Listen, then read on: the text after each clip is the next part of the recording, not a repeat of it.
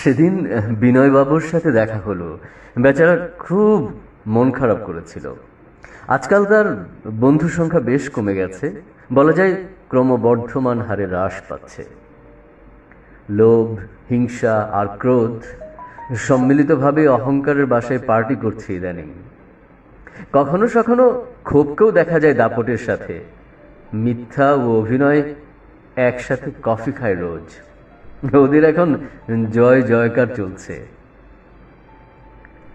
সামাজিক যোগাযোগ মাধ্যমের কল্যাণে অর্থের প্রতি ঝুঁকে পড়েছে সবাই।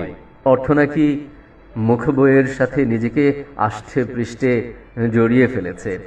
অবশ্য আগে থেকেই ইউটিউব দখল করেছে অর্থ। টিকটক নামে এক টিকটিকির যন্ত্রণায় যে কেউ কোনো বিষয়ে দক্ষ না হয়েও দিব্যি জনপ্রিয় হয়ে উঠছে। নতুন করে রিল নামে যে এসেছে, সেখানে তো রীতিমতো হিসাব ছাড়া জ্ঞানীর ছড়াছড়ি। না না না না, অর্থ আর লোভ তাকেও ছাড়েনি, একেবারে জাপটে ধরেছে অক্টোপাসের মতো। আর সেই সুবাদে চারিদিকে কৃত্রিমতা বীর দর্পে নিজের অস্তিত্ব জানান দিচ্ছে।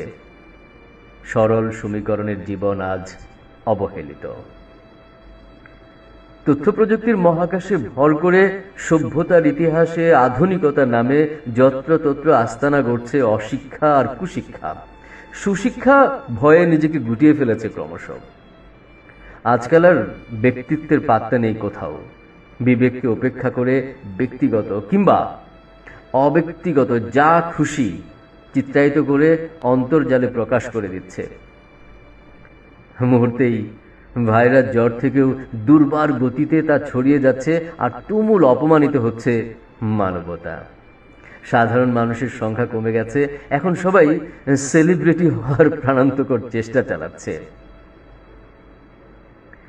এদিকে শুনেছি রুচির নাকি বেশ মন খারাপ। সে নাকি চরম দুর্ভিক্ষের শিকার।